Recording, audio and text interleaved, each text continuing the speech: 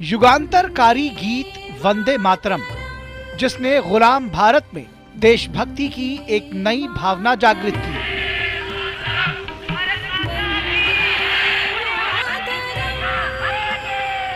और वही आजाद भारत के निर्माण की नींव बना। वंदे मातरम वो गीत है जो न केवल हमें हमारी मातृभूमि से जोड़ता है, बल्कि जड़ों से जुड़ाव को और गहरा करता है। जब भी कभी हमारे कानों में वंदे मातरम की गूंज सुनाई देती है, तो हमारा रोम रोम देशभक्ति से भर जाता है।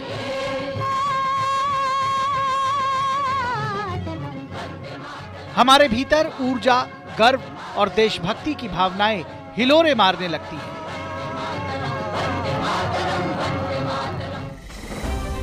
मूल रूप से बंकिम चंद्र चटर्जी द्वारा रचा गया और बाद में रविंद्रनाथ ठाकुर द्वारा स्वरबद्ध किया गया वंदे मातरम आज भी भारतीयता का जीवंत प्रतीक बना हुआ है। समय के साथ इस गीत को कई समकालीन कलाकारों और संगीतकारों ने नए अंदाज में प्रस्तुत किया है, जो इसकी भावना को आधुनिक पीढ़ी तक पहुंचाते हैं। सबसे पहले वंदे मातरम को संगीतबद्ध किया और गाया गुरुदेव रविंद्रनाथ टैगोर ने, जिन्होंने भारतीयों के दिलों में इसे बैठा दिया।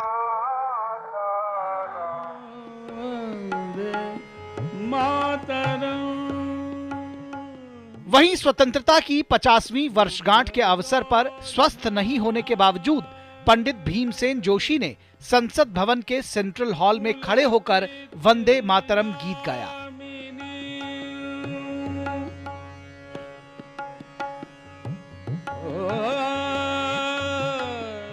इस मौके पर सभी श्रोताओं ने भी खड़े होकर राष्ट्रीय गीत गाया और इसका आनंद लिया।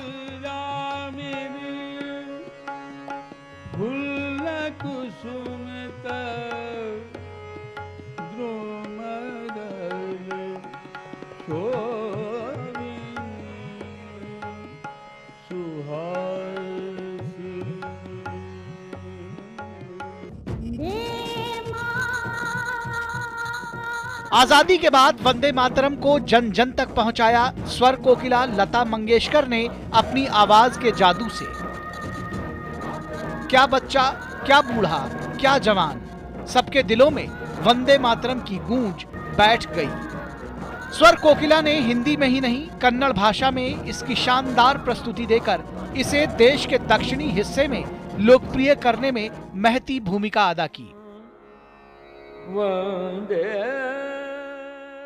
प्रसिद्ध शास्त्रीय गायक पंडित जसराज ने भी इस देशभक्ति और स्वतंत्रता आंदोलन के प्रतीक गीत को अपना स्वर देकर इसे भारतीय जनमानस और युवा पीढ़ी तक पहुंचाने का काम किया।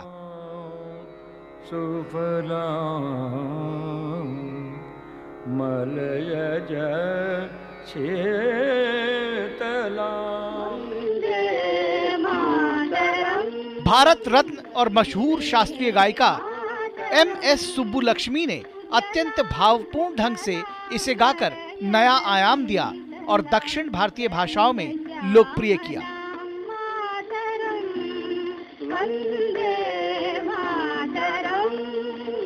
ओंकारनाथ ठाकुर भारत के शिक्षा शास्त्री, संगीतज्ञ एवं हिंदुस्तानी शास्त्रीय संगीतकार थे। उन्होंने वंदे मातरम का जो रूप प्रस्तुत किया, वो भी जन जन के मन में बस गया।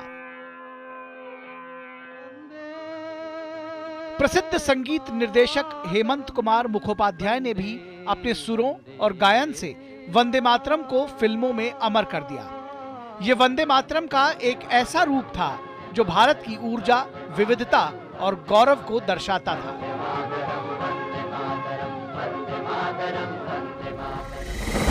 इसके अलावा भजन सोपोरी, कविता कृष्णमूर्ति, सुचित्रा कृष्णमूर्ति, हरिहरन, शंकर महादेवन, सोनू निगम, सुखविंदर सिंह जैसे गायकों ने अपनी आवाज देकर इसे युवाओं तक पहुंचाने का काम किया है।